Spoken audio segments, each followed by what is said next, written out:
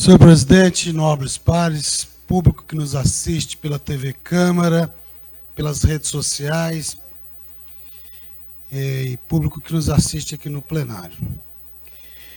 Eu estava ouvindo atentamente o discurso da Lourdinha e eu esperei o meu tempo de fala, porque essa questão do adote uma praça, eu ia utilizar lá no Panorama, no centro comunitário, eu ia falar desse tema. Felizmente nós tivemos o tempo reduzido de fala, não deu para chegar até lá. Mas muito bom a preocupação que a Lourdinha tem, e eu fui atrás. A lei que criou o Adote uma Praça é do ex-vereador Valdes Rodrigues. E ele fez ela em 1990. E na própria lei fala que ia ter um decreto regulamentando. Esse decreto foi feito em 2022. De 1990 o decreto foi feito, editado aqui em 22. E aqui estabelece as regras, muito bem definido no decreto e tal. O decreto no papel é uma beleza. Ele só não está sendo cumprido. Que eu acho que é fundamental que a fiscalização utilize. Primeiro, tem que fazer um levantamento de quantas empresas adotaram esse tipo de espaço público.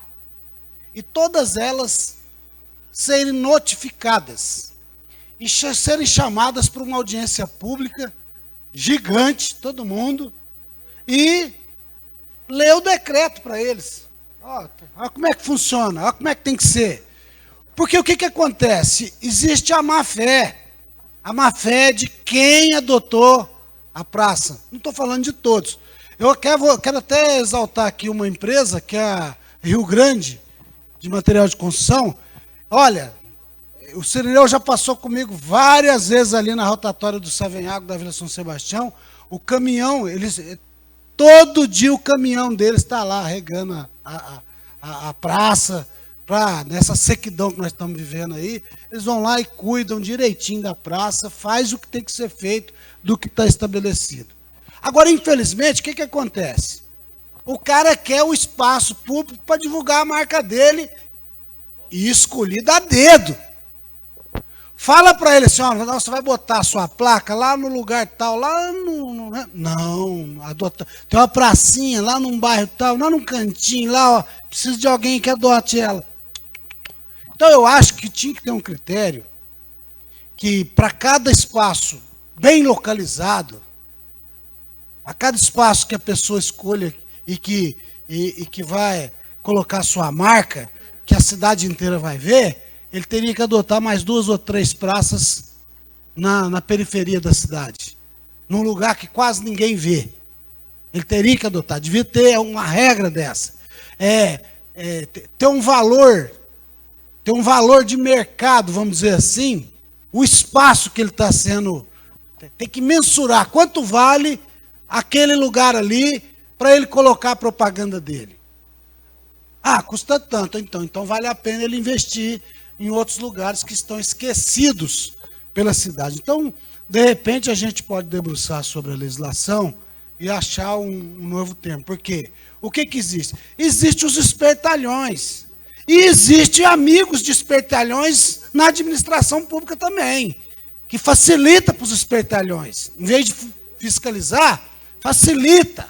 Abre mão do trabalho de fiscalizar para facilitar. Entendeu? Infelizmente é isso que a gente vê. E como tem marcas poderosas, marcas gigantescas na cidade, às vezes muita gente não tem vontade de mexer. Mas se é um mercadinho lá não sei da onde, é um cara que cuida não sei do que das quantas, esse a fiscalização vai em cima com força. Beleza. Eu proponho então, porque eu já também cansei de correr atrás em relação a isso. Eu me proponho, junto com Vossa Excelência, ou mais de quem quiser, aí, para que a gente veja isso, porque Franca está tendo essas áreas aí, está sendo usada só para fazer propaganda. para fazer nada mais está sendo cobrado em relação a isso. Então, pode ser problema na lei, pode ser um problema na lei. Então, vamos rever isso daí, porque nós estamos, eu recebi muitas fotos de prefeitura limpando áreas que está escrito. Então, isso daí é sério. Então, quem que é o responsável por essa situação, por esse desvio? Então, eu me proponho também, realmente, a gente ver essa lei e nós tentarmos adaptar ela à atual situação e cobrar de realmente, o nome está ali, então ele é o responsável. Não arrumou, está feio, ele que seja responsável pela feiura, que se está feia a praça que ele toma conta, a empresa dele também deve ser horrível. Né? Então, bem lembrado esse assunto, Excelência. Isso é a mesma coisa da limpeza de terreno. A prefeitura notifica, o cara às vezes não atende a notificação, ele é multado, e às vezes a prefeitura vai lá, limpa e manda a conta para o cara. Uma praça adotada que o poder público está tendo que se deslocar para fazer o trabalho, tem que ser cobrado de quem adotou. Tem que ser cobrado. Se a prefeitura mandou um caminhão lá, mandou lá uma máquina, mandou funcionário para cuidar da praça, e está lá a grande placa de publicidade do camarada, que nem você está dizendo, tem que mandar a conta para ele. É fácil hoje. Tira foto, registra e manda quanto custou. Aí eu acho que as pessoas vão pensar bem e fazer a lei de Gerson, né? Só levar vantagem. Aí vai pensar duas vezes antes. Agora, outro tema que eu quero tratar aqui... Só fazer um complemento, Gilson. Não, parabéns pelo tema abordado. É o mesmo peso, mesma medida. Aquele mais humilde que adotou está cumprindo todas as obrigações do decreto. Aquele de maior, a prefeitura ainda vai lá e faz. Eu acho que nós temos que realmente fazer alguma alteração aí nessa questão, porque é uma área pública de suma importância, né? E o cidadão vai tirar proveito e no final das contas vai pagar absolutamente nada. A lei que foi criada, do Valdes Rodrigues, ela autoriza a prefeitura a fazer o programa de adote uma praça e ele remete ao decreto toda a regulamentação. Às vezes a gente pode regulamentar alguma coisa na lei já também, que às vezes o decreto não contempla, né? A gente pode pensar nisso, desde que a gente não ultrapasse o limite do que nós podemos fazer e fazer com que a lei tenha eficácia, né? Outra questão é a respeito do transporte público. Nós, nessa legislatura, neste mandato, nós estamos tratando de alguns temas que vai definir a vida da cidade por muitos anos. Nós estamos falando aqui da questão da zeladoria da cidade, da coleta de lixo, que foi feito por parceria pública-privada e que 30 anos vai ficar na mão de uma empresa. Tomara a Deus que a regulamentação que tenha nisso não deixe a cidade refém, mais uma vez, de empresas que têm um nível de responsabilidade baixo. Tomara que a gente não fique. E nós estamos tendo uma chance agora, eu estava falando com o cara ali, de ouro, para fazer a coisa que tem que ser feita com relação ao transporte coletivo. Ser transparente não é criar um grupo de WhatsApp. Querer discutir um tema tão importante para a mobilidade urbana, como o transporte público, não é com perguntinha no WhatsApp que vai resolver. As coisas têm que ser levadas mais a sério. Tem coisas importantes que precisam ser discutidas. O Sidney sempre fala da questão da gratuidade. Hoje é o sistema que paga a gratuidade. É o sistema. Está lá embutido no valor da passagem. É o usuário que banca para outras pessoas andarem de ônibus. Agora, não existe almoço de graça. Se alguém vai almoçar, alguém vai pagar. É assim que funciona. Não tem jeito. Então, precisa se debruçar sobre essa história do subsídio, com contrapartidas. Com contrapartidas. Fazer o subsídio não é encher o cofre da empresa de dinheiro. Fazer o subsídio é exigir serviços da empresa, que aí o orçamento público é que vai pagar e não o usuário. Então tem que ficar muito bem claro. O usuário que está no sistema não vai pagar sozinho. Já estou concluindo, excelência. Vai pagar o dinheiro do orçamento público, vai bancar, porque também a empresa não tem condição de... Não é a São José, é qualquer empresa que entrar não vai ter condição de rodar, botar o ônibus para rodar, gastar diesel, um monte de coisa e não vai resolver.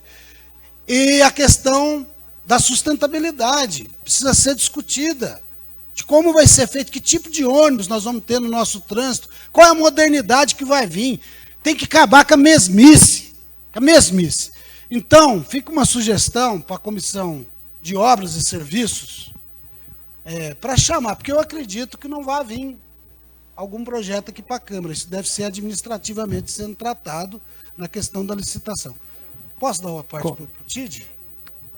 Gilson, primeiro cumprimentá-lo pelo tema tão importante, e eu não sei se os colegas estão a par, acompanhou, na próxima terça-feira, dia 11, às 19 horas, na Secretaria de Educação, no auditório, vai ter uma audiência pública focado no tema. Então já tem o local e data. Isso.